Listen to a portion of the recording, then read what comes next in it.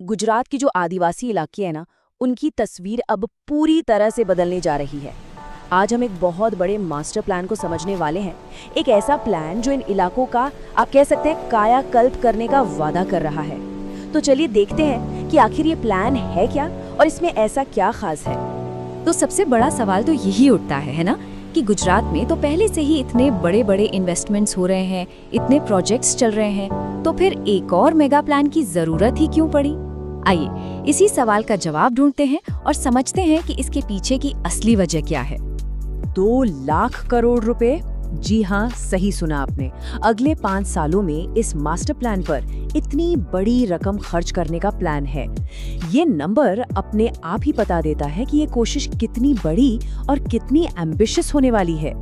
अच्छा, इस प्लान की जो शुरुआत है ना, उसके पीछे एक बहुत गहरा सांस्कृतिक और ऐतिहासिक कनेक्शन भी है, और ये कनेक्शन जुड़ा है एक महान स्वतंत्रता सेनानी से। देखिए, इस प्लान को लॉन्च करने की जो तारीख है वो कोई ऐसी वैसी तारीख नहीं चुनी गई।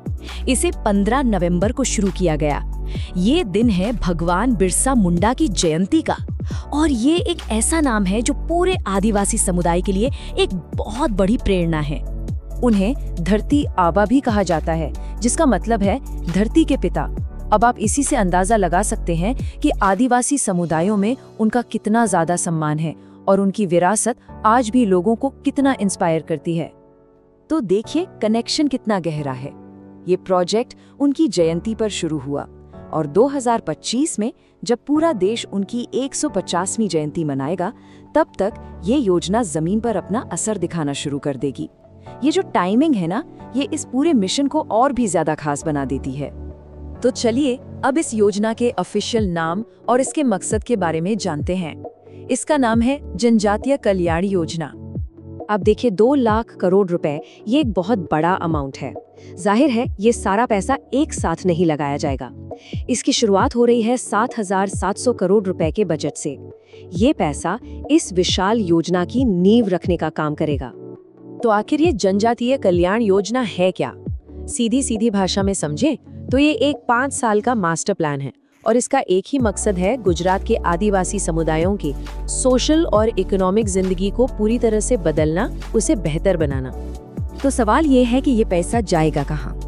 देखिए, इसका फोकस है चौतरफा विकास पर, मतलब हर गांव को डिजिटल दुनिया से जोड़ने से लेकर बच्चों को अच्छी पढ़ाई के मौके देने तक, आदिवासी कल्चर और उनकी कला को बचाने से लेकर घर, पानी और बिजली जैसी बेसिक जरूरतें पूरी करने तक, और हाँ, सबसे जरूरी, लोकल लेवल पर रोजगार के नए मौके बनाने पर भी पूरा जोर रहेगा।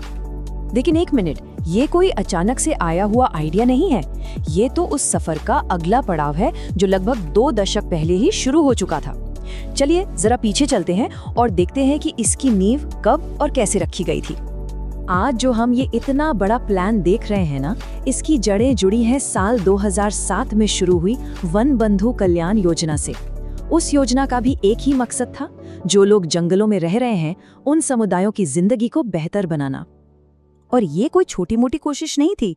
पिछले 20 सालों में इन्हीं आदिवासी इलाकों में करीब 1 लाख करोड़ रुपए का इन्वेस्टमेंट पहले ही किया जा चुका है, और इतने बड़े इन्वेस्टमेंट का असर जमीन पर साफ साफ दिखता भी है।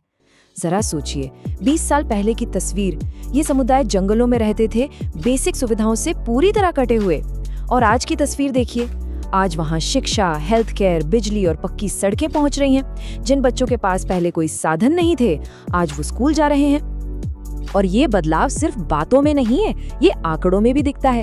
10.5 लाख से ज्यादा नए घर बनाए गए, 48 लाख से ज्यादा घरों में नल से पानी पहुंचाया गया, और आदिवासी बच्चों के लिए लगभग 500 नए स्कूल खोले गए।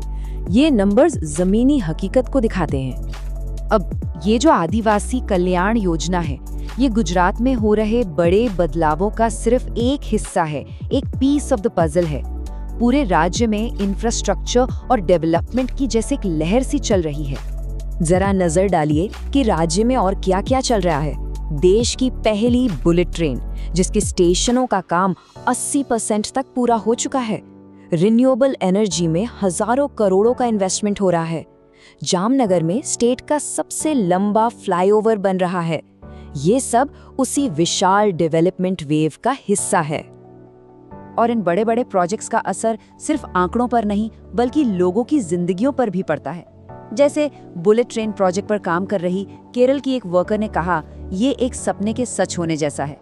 मैं देश की पहली बुलेट ट्रेन पर काम कर रही हूँ। ये मेरे परिवार के लिए बहुत गर्व की बात है। ये बात हमें याद दिलाती है कि ये प्रोजेक्ट्स सिर्फ सीमेंट और स्टील के नहीं होते, ये लोगों के सपनों और उम्मीदों से भी जुड़े होते हैं। तो सवाल ये है कि क्या गुजरात का ये जो मॉडल है ये पूरे देश के लिए एक मिसाल, एक ब्लूप्रिंट बन सकता है? चलिए इस पर थोड़ा सोचते हैं। इन सारी योजनाओं के पीछे जो मूल विचार है, जो कोर आइडिया है, वो बहुत सीधा सा है। विकास तब तक अधूरा है जब तक वो आखिरी गांव और आखिरी इंसान तक न पहुंच जाए। कोई भी राज्य असल में मजबूत तभी बनता है जब डेवलपमेंट की इस दौड़ में कोई भी पीछे न छूटे। और आखिर में हम इसी एक सवाल पर आकर रुकते हैं। क्या गुजरात का ये मॉडल, जो पिछले 2 दशकों से सबसे दूर दराज के समुदायों को मेन स्ट्रीम में लाने पर फोकस कर रहा है, क्या ये पूरे देश के लिए इंक्लूसिव ग्रोथ यानी समावेशी विकास का एक नया ब्लूप्रिंट साबित हो सकता है? ये एक बड़ा सवाल है और इस पर सोचना बहुत जरूरी है।